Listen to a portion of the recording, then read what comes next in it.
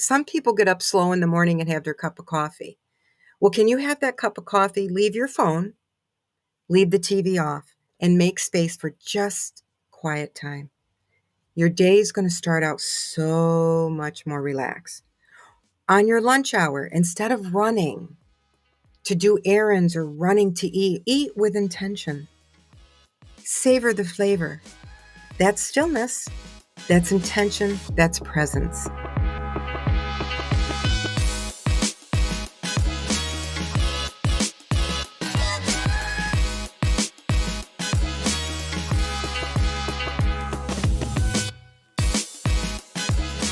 Welcome to the Awaken Magazine podcast, where we feature inspiring leaders who are helping our world awaken to love. I'm your host, David Trotter, and today I want to share with you an inspiring conversation with Debbie Kane. She's a contributing author in our new anthology book called Awakened Hearts, and you can pick that up at awakenedheartsbook.com. Now, in this conversation, Debbie shares with us how she navigated a rather traumatic childhood utilizing sleep and stillness. She goes in depth into how stillness, not just quietness, actually created space to listen, to heal, and to experience self-discovery.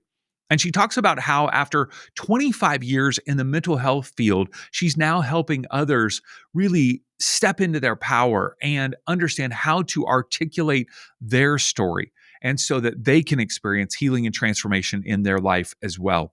Now, if you haven't already, be sure to subscribe to the Awaken Magazine podcast on YouTube, Apple Podcasts, Spotify, Amazon Music. Click subscribe, leave a rating or a review. That's an easy way for you to help us spread the word about these amazing interviews that we release each and every week. All right, let's dive into this conversation with Debbie Kane. Debbie, thank you so much for taking time to hang with us today. It's great to be with you. Gosh, David, I am so grateful to be here. The forum that you're providing for so many of us is just, I know that it's probably been quite an undertaking for you, but what it has done is that it's opened up so many doors and opportunities for me to write and share my stories through language and word. And I'm just so very, very deeply grateful. So thank you for this. Yeah, you're very welcome. You are an incredible writer. Your chapter is absolutely riveting within Awakened Hearts. And I want to actually take you to, I don't think it's too much of a spoiler, but the last line of your chapter, you quote Mary Oliver, and you quote her in saying, "In the quiet, I found my words. In the stillness, I uncovered my truth."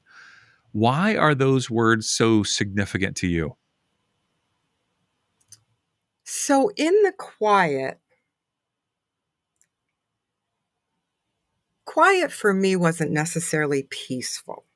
Quiet was strategic. It was planning. It was moving through the world as an observer, silently gathering information to kind of understand everything. It was protective. It was kind of like armor. Stillness kind of came later, and I imagine it comes later for everybody, but that's where I stopped bracing and I began to feel and not just think about things in the world. I started experiencing things from feeling and not from a wounded place. Stillness gave me a room to name things. It gave me faith. It gave me inspiration. It gave me language. If that helps, if that makes sense. Yeah. It gives us a little bit of a peek into what we see unfold in your chapter. At the very beginning, you write about someone coming into the front door of your home. Yeah. And I believe you were 10 at the time. Is that correct? I was. Yeah. And the person who comes through the front door is your father. And you talk about how you tensed up and you you dug your I could see you digging your fingers into the shag carpet, holding it tightly. Would Yeah, you mind sharing a bit about your home life as a kid, just to help us get the context of sure. kind of the beginning of the trajectory of your life?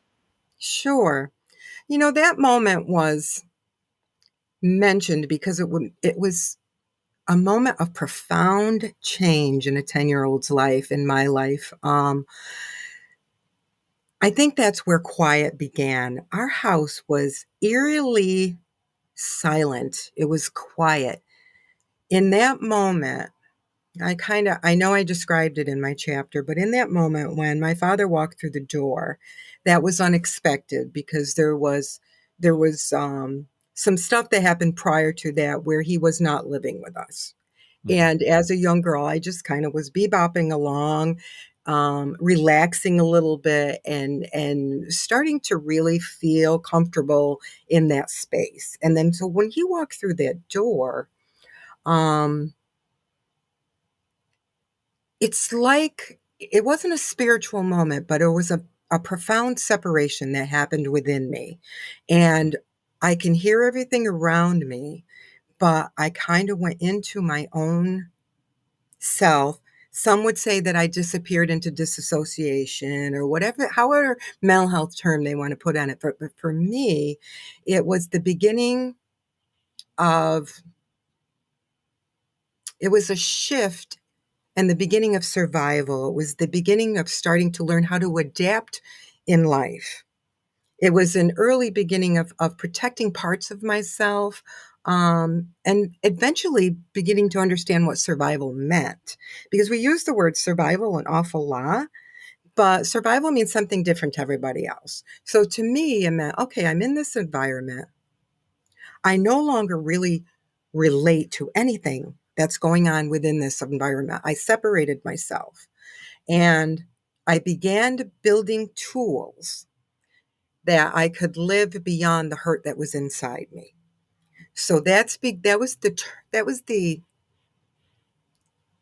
profound change is the only way I can put it to you for a 10-year-old. Mhm. I was beginning to know that okay, things in this house are not real, and I have to figure out a way to maneuver through this because I didn't want to leave. I knew at that moment I did not want to leave. Part of me still felt very safe. Hmm. Mhm. Um, let's see. I want to make sure I've read a lot of chapters. So, did you in that moment begin to talk about how sleep was important to you? Sleep was like my superpower. And again, I remember when I shared this at one point, it's it was looked at as something that was not healthy. In my world, sleep was profoundly healthy. It was restorative. I regained my energy. Um, I found peace. It gave me everything that I needed at that time, so that I could go out and and build and observe and learn um, what everybody was learning naturally. At least in my mind, what everybody was learning naturally. That Mhm. gave me that was my first insight into how to take care of myself. And Mhm. I didn't know how to uh, hold my energy in any kind of way at that point. So my Mhm. energy was drained quickly, and I couldn't allow that to happen because I had to always be on guard, or I felt I did. So sleep restored me, but it Mhm. also So interfered. so you were sleeping like at that age, 10 to, I don't know, teenage years, were you sleeping kind of like a little bit more than the average person was? Is that what you're saying? Definitely, definitely. And it got to the point where because I didn't know how to maintain my energy, and I was trying to silently and quietly stay loyal to my family and maneuver through this other life outside, my school life and my neighbors and my friends and all the fun things that I wanted to still do. Mhm. Um, but I always had in the back of my mind, I had to keep energy just in case I walked through that door and there was going to be something that I needed to be ready for. Mm. So, how that interfered with the normal routine is I had to sneak in or plan extra time to sleep. And Mm. that didn't always coincide with the normal schedule of going to school or work or whatever. And it was really, really hard to juggle. But it was Mhm. important for me to do it, and I managed. I figured it out. Hmm. How did this experience and in your chapter, you're not explicit in terms of the challenges that you experienced in terms of your household, but there's at least for the reader an assumption that there was some level of abusive environment, Sure. however that played out. How did that environment impact the trajectory of your life after high school? Did that, in terms of like school and education and career, Mhm. daily coping? Mhm. Well, during school, because there was structure and routine, school was almost like a safe place for me to go. Mhm. I could, Yeah. I knew my routine, I knew school. I did have to, I wasn't overly shy, but I wasn't always forthright either. Like I couldn't 100% be me because I was always protecting me from questioning. I didn't want to be questioned by anybody about anything because that was a silent code that, and almost a silent agreement. Um, so I did okay in high school. It's probably one of the biggest, mm, oh God, probably the time that I was most lost and profoundly unprepared was that transition from high school to that next step. A lot of my friends, back then, a lot of my girlfriends were getting married or they were going to college or they just gone. They were all gone. I didn't know what to do with myself. So probably that next year for a full year, I went into a place that was very reckless. My coping was more of a numbing approach. A lot of alcohol, a lot of just. With that said, I was like really functional. I was still going to work and I was still trying to figure out things. But the real turning point was is I always had this guide inside, and I was working as a housekeeper, and I loved to clean, so that didn't bother me.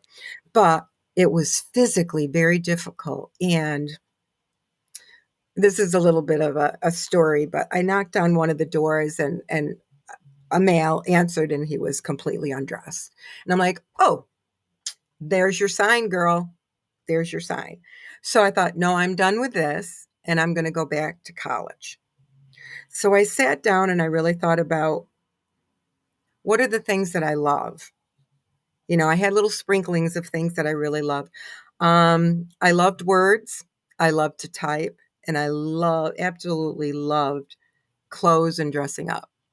So I decided to go back to school, my community college. I felt like I could manage it. And I went back for my executive secretarial degree, which back then was a really big program. Things have changed since then. And again, I didn't shine in that program because, again, I was protecting myself. I couldn't keep my energy level good. I missed a lot of classes, but I did graduate. And it did put me on a better trajectory. Mhm. And it built confidence. Mhm. Yeah. Talk to me about uh, therapy. You mentioned in your chapter that you experienced therapy as part of one of the healing modalities as you got older. How was therapy helpful, or how was therapy lacking for you? Well, therapy was helpful and it was insightful. But I'm gonna kind of back. Choosing therapy was really, really difficult. And again, some of this is just something that everybody felt. There was a stigma around it. Um, What time period would this have been? it was probably been mid 70s, early 80s. Yeah.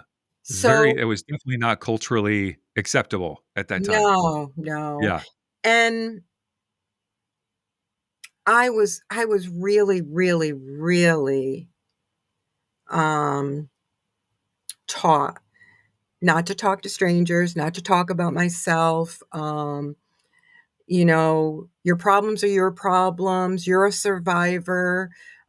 Just move on. Just move on. So honestly, when I went to therapy, I really felt like it was my it was almost a rebellious act. You know, it was like, okay, yeah. I was like, I'm. Also, there was a safety in it. I knew that I had some really um, challenging emotions that needed to be dealt with and needed to be, more importantly, I needed to the language. I needed to develop the language. Mhm. And the hardest part of therapy was, yeah, finding a therapist was daunting. For one thing, I didn't feel safe enough to share my story. And then as I started sharing my story, there would be some feel sorry moments, many, many of them. These looks that I would get, that I started to feel like I was managing their feelings, Mm. because sexual abuse was just very, very difficult, not only for me to talk about, but for many, many people. They just felt like that they were taking it on too deeply. Mm. So I felt like I was always managing. I feel like it was landing in a way that I didn't want it to land, and I didn't feel free. I didn't feel free enough to talk about what I needed to talk about. So Mhm. there was still confusion there, but I will say there was two things that were really good about it. I did feel safe enough, and I'll tell you why. Because they were under confidentiality rules. Mhm. Right. I knew they couldn't tell anybody. I could say anything I wanted, walk out that door, and I was safe. Yeah. That was number one. And number two, um, there was windows. There was windows within that therapy that left little spaces of truth so I could start breathing. Mm. So there was benefits. There really were benefits. It just was very Mhm. tricky. Mhm. One of the things that you mentioned is that in 2020 that you set out on a new journey of self-discovery, and I think that there's something unique about that year. I hear that often about 2020. Something I don't know what happened then. Yeah, I know. But, tell us about that journey. It's funny because it's interesting that it landed on 2020, because I had been working as an intensive case manager. I had 25 years experience. I loved my job, but like a year prior to that, I'm going to say like 2018, I started this very familiar feeling that was saying, Debbie, it's time to do something. And it was nagging at me, and I was planning it, and I didn't, but I had no insight. So just to 2019. just to clarify, you spent 25 years in mental health. Mhm. And what roles did you play? How did you what was that experience like? I mean, this is, it's powerful. You had a very challenging childhood, experience, at least from an outsider, that's what I'm gathering, and then now you went into mental health. What was the motivation to go into mental health? What was that experience like? Oh, this is actually fun to talk about, because if I look at I think everybody, if they look at their lives, every choice they make, everything lines up. So I'm going to try to do this as quickly as possible. After I became a secretary, the very first job I landed in um, was a legal secretary at the Department of Social Services, typing up child abuse and neglect um, petitions. Right. You would have Really? thought that My that would have been, gosh. I know, but it was so powerfully expanding for me, Wow. because when I was living in that environment where I was sexually abused, um, I felt kind of alone and I was very, very, very upset with the systems. I was angry with the systems. So that Mhm. gave me an opportunity to look at how hard they work in trying to help children and Mhm. how difficult and how many barriers there are that make it complicated. Mhm. So that was my first experience with working in mental health that also triggered my need to go back to school and learn more, not only about myself, but about abnormal psychology, child development, and mental health. So I decided to go to school, and I studied social systems and women's studies. Also gave me great opportunity to write, which I always loved. But I learned more about the system. So the very next system I moved into was the state system. And I did a short period of time in the it was called developmentally disabled at that time. And that was more of a self confidence boosting period. It wasn't, and going to school period. It wasn't really learning much about mental health because it was focused more on on my building of my skills. But then I ended up in mental health. I ended up initially again I was a secretary, and then I worked in a school system. I went back to school for my master's degree and I worked in the school system as a school counselor. In that role, I had to I had to teach, explain, protect, and counsel children. Mhm. And there were many children that went through similar things that I was going through. And it was Mhm. interesting how the school put barriers up for the counselors to do what they needed to do. It actually ended Mhm. up being a whole legal thing that I ended up having to fight to be able to make state reports because they were blocking it. But that was another learning curve for me because then showed me the reality of it's not that simple. It's not that Mhm. simple to protect children as it Mhm. should be. It's not. And it's not really the fault of all adults around us. But again, it showed me that the systems had flaws. Mhm. So I wasn't as harsh about the systems. It was kind of softening a little bit and gaining some understanding about some of the barriers, but I was still going to push through and I wasn't going to let go. So that was very, very important. And then there was a time when I was living at home and I really thought, um, why didn't, maybe I would have been better if I was put in a children's home and out of this environment and protected in a different way. And yet there was a very strong part of me knowing at that age, I didn't want that. I Mhm. knew what I was living in. I knew how to maneuver through it and I didn't want to go through that. And I worked in a children's home. And I worked with 10 young girls who had been in similar situations that I was in. And it was so, so emotionally difficult for them. And I learned, okay, there was benefits for them to be there. They were safe. They Mhm. were safe, but emotionally, it was going to take them a long, long time to put those pieces together. So to answer Mhm. your questions, all of these things had taught me. Probably my most favorite job, though, was the last 15 years because I did try being a therapist. Honestly, David, I was no good at it because I could not probe people. I could not go that deep with them. I Ah. just couldn't do it. And that's because I didn't have the capacity to allow that to happen with myself yet. Like, I couldn't Mhm. have people ask me too many questions yet. So I couldn't do Mhm. that to other people. But what Mhm. I did find my niche in, and I was really, really loved it, and I was really good at it, is it was called an intensive case manager. And that's where you actually go to the person. You go to, say they've been hospitalized for mental health or they're really, really struggling. Well, you go to them and you help them set up, their apartments, their appointments, their education, whatever it is they need, you go to where they're at.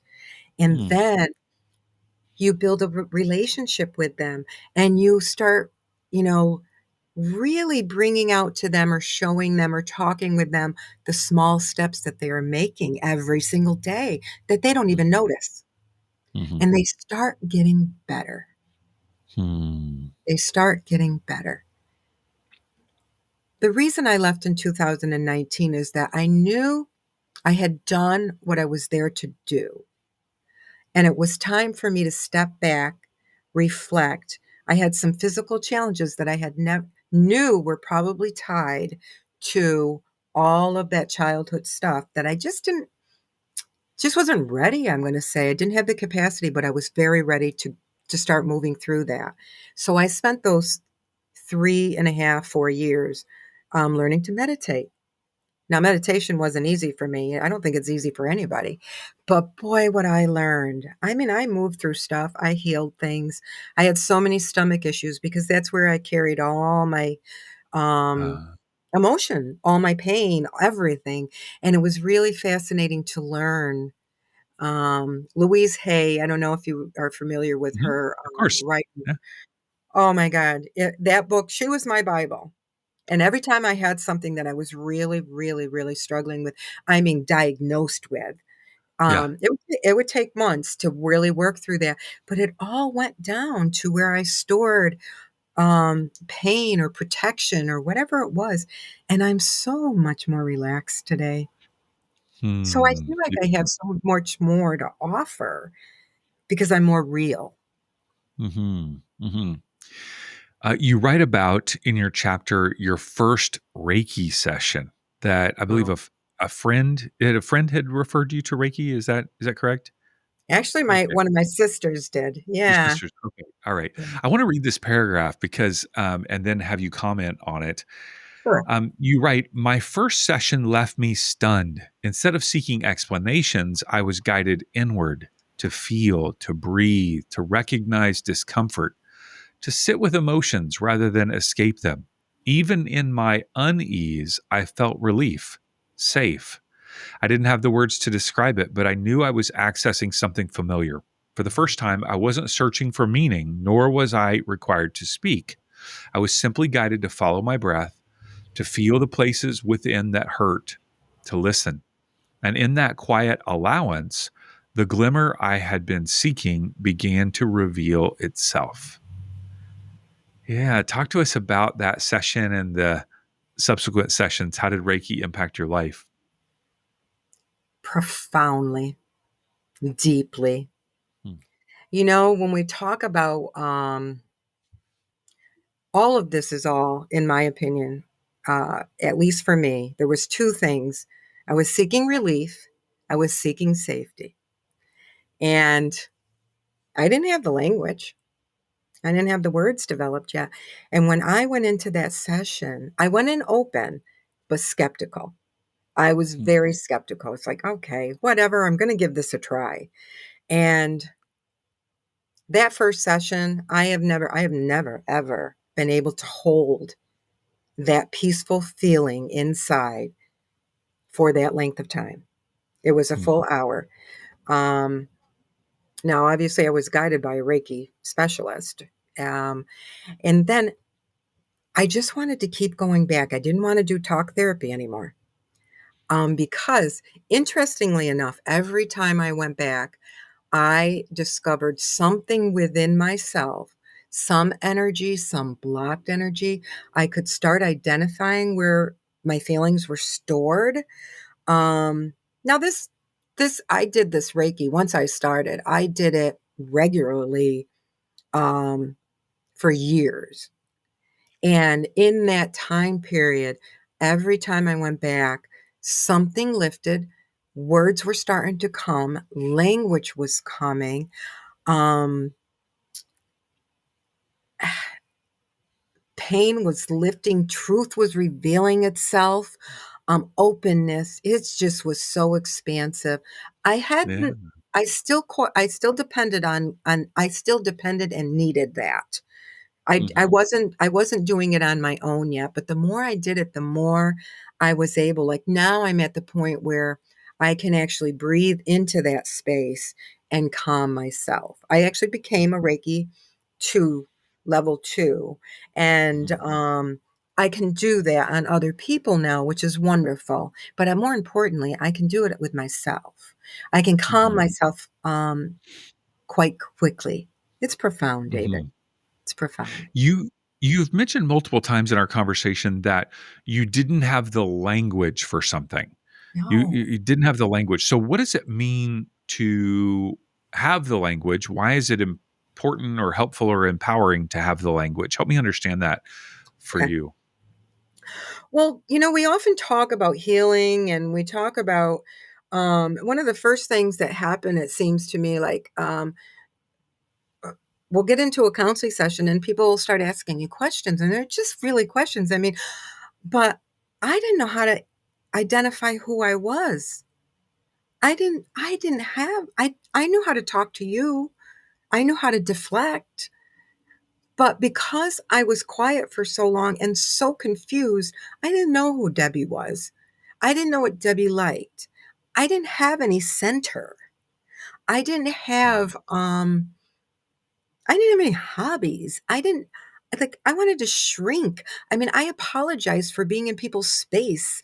I was used to love to play volleyball, and I would apologize if I went for the ball and somebody else went for the ball. I mean, I got an award for saying I'm sorry. It's just I did not know. I know, silly. Um, I wanted to write about it, but I didn't know where to go with it. I didn't have words. I just didn't have it. Like, it's so fun to be able to sit here and talk with you and articulate or be able to write my writing has gotten so much more expansive. I did write to find the words. I actually wrote a book. It says Finding the Words and the Illusion of Normalcy. But it came from such a wounded place and it took me 17 years to get Mhm. those words in that book. Does that make sense? Yeah, sure, of course. Yeah, I and mean, I'm I'm hoping I'm assuming explaining that.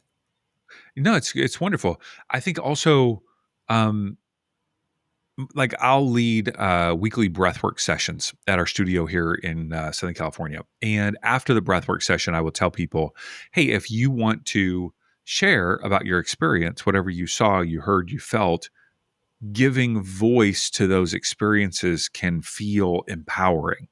And Mhm. so, what I'm hearing you say is that when you finally can articulate either who you are, what happened to you, how you feel, I'm interpreting that there's a sense of empowerment and ownership and then ability to, uh, I don't know, I think just empowerment. That's what I'm hearing. Would you describe it differently?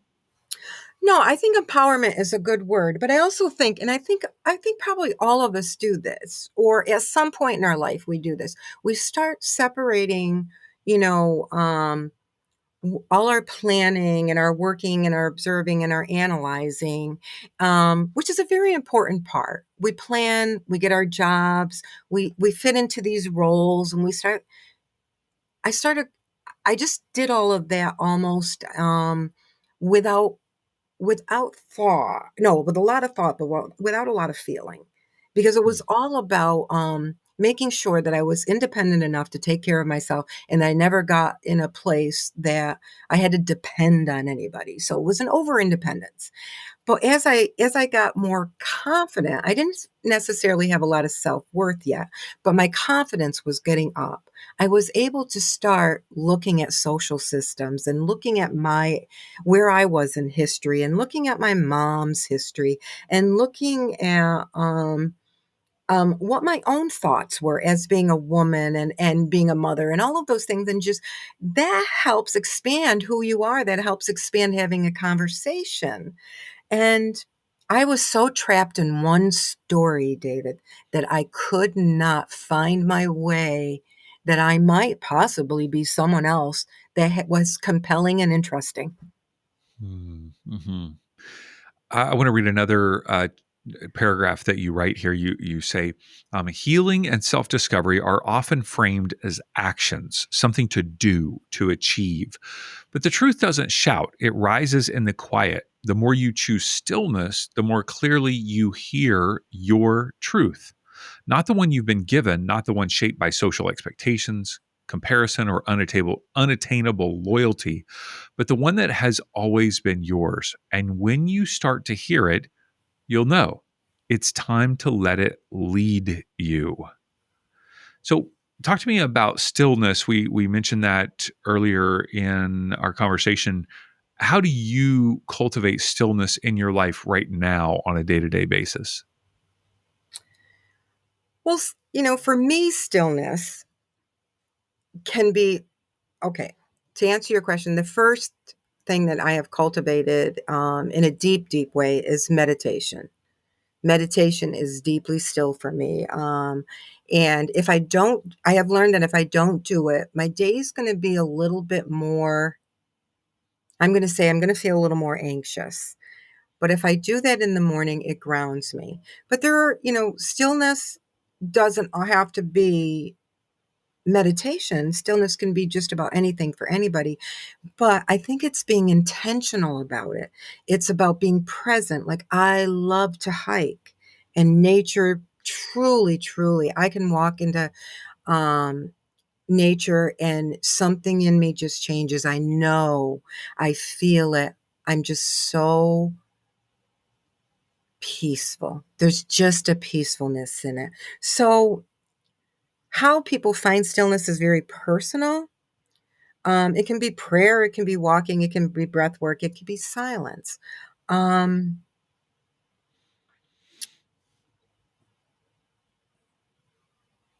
it's just a really it's different than quiet for me. It's, quiet is still thinking.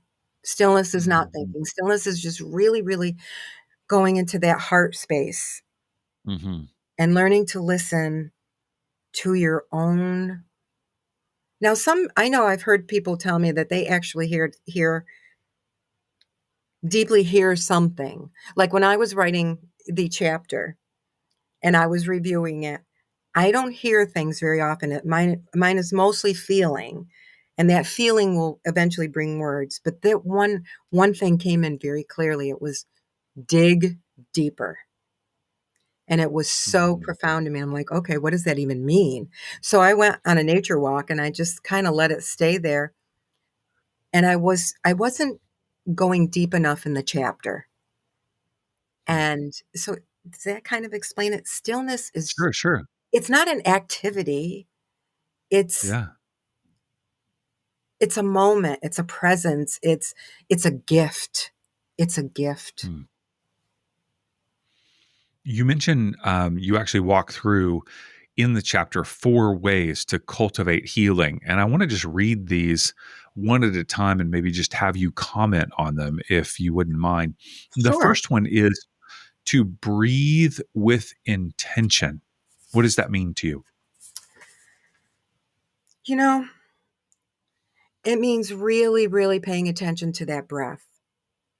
The one thing that, I've noticed when I talk about breathing, because, like, my daughter has "breathe" tattooed on her arm in my handwriting, so it's something I say a lot. But when I say that to people, sometimes they get frustrated, and what I mean, breathe, is if you intentionally breathe in and really, really, really breathe out, you can feel the difference. That breathing will help you through transitions, and you can really truly add to that. If you breathe in, "I'm here," and then as you breathe out, "I'm safe." And just do that a couple of times throughout your day, through especially in transitions. A lot of us run in the morning and we grab and get in the car and grab our coffee. Nothing wrong with that. But before you step out of that car to go into work, take a minute to breathe in and breathe out and be ready for that transition. Now, for people who are healing or have a trauma history, transitions are extremely important to pay attention to. So, this breathing moment gives them pause and gets them ready for the next step. That's the importance. What what is the challenge? You said, for people who are going through healing or have had traumatic experiences, why are transitions so important?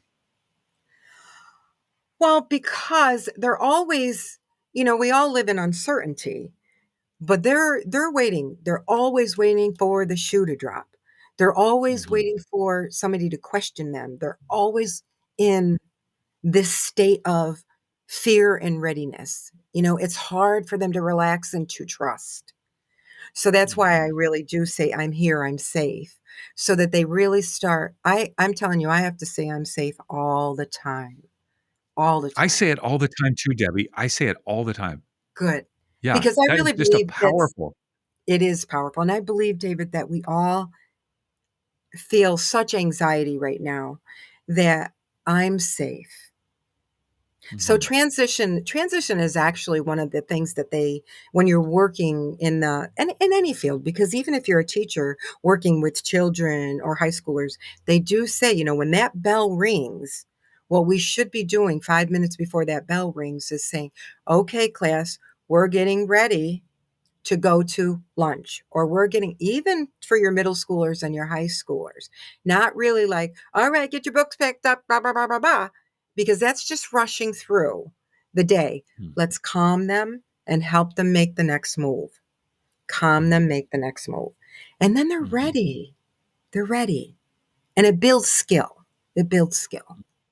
Mhm. Okay, breathe with intention, number 1. Number 2, create quiet space. What does this mean?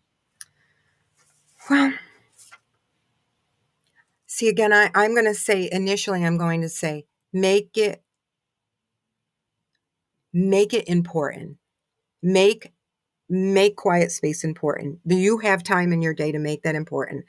Um, and everybody's has to figure this out for themselves. But like, some people get up slow in the morning and have their cup of coffee.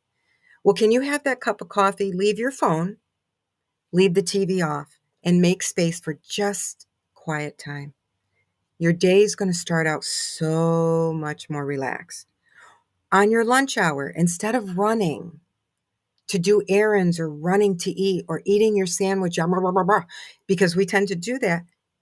Eat with intention. Savor the flavor. That's stillness. That's intention. That's presence. Um, Go for a walk.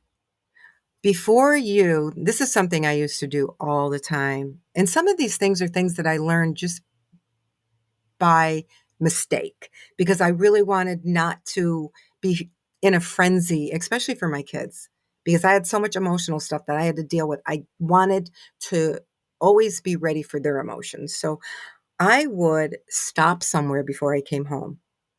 I would stop somewhere, calm, decompress, and then I would go home. So, it doesn't have to be long moments. Just put them in there. Make it Mhm. important. All right. Make you important is what I mean. Make you important. Mhm. Mhm. All right. Breathe with intention, create quiet space. The third is embrace gentle practices. Embracing gentle practices is really that's a little bit trickier of a skill, but we talk about listening to our thoughts. I'm going to say listen to the words, how you talk to yourself. Embrace, like, I someone said, and I don't know who said it, is said, give your inner critic a name. So mine is, I call mine Spunky, because I didn't want it to be something that I didn't like, but I knew. So whenever I'm feeling like I'm not good enough, feeling like I'm being harsh on myself, I didn't look right today, I didn't act right today, I said something I shouldn't have said, or whatever those things. If I say I'm stupid, um, or I don't belong in that space, or whatever, I will speak to Spunky and say, "Thank you, Spunky. Thank you." But I appreciate you bringing that to my attention, because if we don't bring that to our attention, we don't know that we're putting ourselves down. And then we can soften.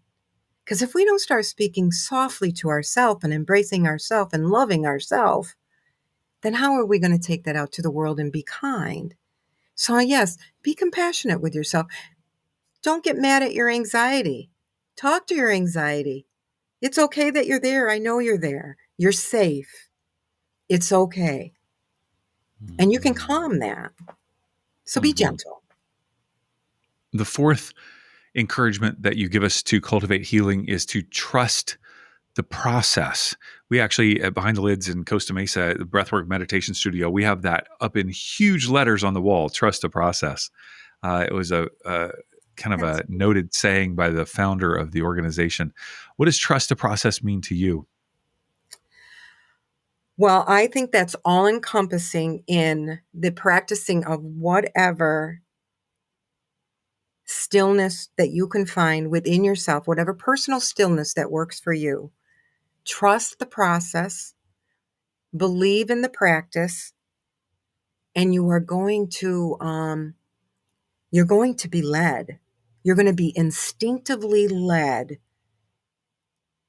to lead your own life in a very peaceful, wonderful way that is yours, is yours.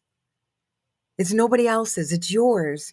So it kind of, if you really practice it and trust it, just trust, it helps build trust in yourself. And if you're really starting to build trust in yourself, you can have a conversation with anybody because you know who you are. And when you know who you are, there's empowerment. Hmm. There's your Hmm. power. And don't be afraid. I was going to say, and if you are afraid, stay with that fear. Stay with it. Trust it, trust it, trust it. Hmm. Well, those of you who have the book Awakened Hearts, really encourage you to make sure that you read Debbie's chapter and dive into her story. It's so powerful. She's an incredible writer and can reflect on these 4 ways to cultivate healing. Just to recap: breathe with intention, create quiet space, embrace gentle practices, and trust the process. Debbie, I know you've been in mental health for 25 plus years. How can you support our listeners and readers today? What are the ways that they could reach out to you to connect or receive your support? What I would really, really love is that if they are truly ready to have a conversation right now, I have 2 ways that you can touch base with me, and one is my um, email address, which is dkanestc@yahoo.com, and my Instagram, which is dkanestc4. They also can connect with me at Victoria's Life Consulting, which is my Facebook page. And I'm really at this point, I'm looking for people who are interested in having a keynote speaker or a presentation, opening up the conversation to help people develop the skills to be able to tell their stories and embrace their narratives and prepare them for this wonderful work in enlightening and helping and awakening and healing people that really need us. Yeah, yeah. Especially those of you who are listening, if you're organizing summits or events, whether online or in person, specifically around empowering people who are in mental health or people who are caregivers, coaches, and Debbie would be an incredible speaker to help them understand how to understand their own narrative and how that's impacting their work. So reach out to Debbie for sure to take advantage of her wisdom. Debbie, once again, you're an incredible writer. Thank you so much for sharing your wisdom today and sharing your story. Very inspiring, very powerful. Excited that you are a part of this book. So thank you so much. And David, thank you. I mean, for you to give me the opportunity to write my story and to share my craft, and I call it my ministry. So to share my ministry, I don't have the words yet. I don't. I'm so, so grateful, and I'm so looking forward to reading all of the rest of these wonderful, impactful stories, and I can't wait for how the ripple effects are just gonna just change people's lives. I know it. So I appreciate you more than you're ever gonna know. Thank you so much. It's great to be with you. Thank you. Thanks for listening to the Awaken Magazine podcast. If you enjoyed this episode and our other conversations, would you mind taking a moment to leave a 5-star review and maybe even a comment on Spotify or Apple Podcasts? That's one of the ways that you can give back to the show and help us reach more people. And of course, feel free to share the episode with a friend. And if you're not already on our email list, we send out an inspiring email every Monday morning full of articles and interviews. Just head on over to awakenedmagazine.com and click subscribe and join for free. Our hope is that all the resources we share will help our world continue awakening to love.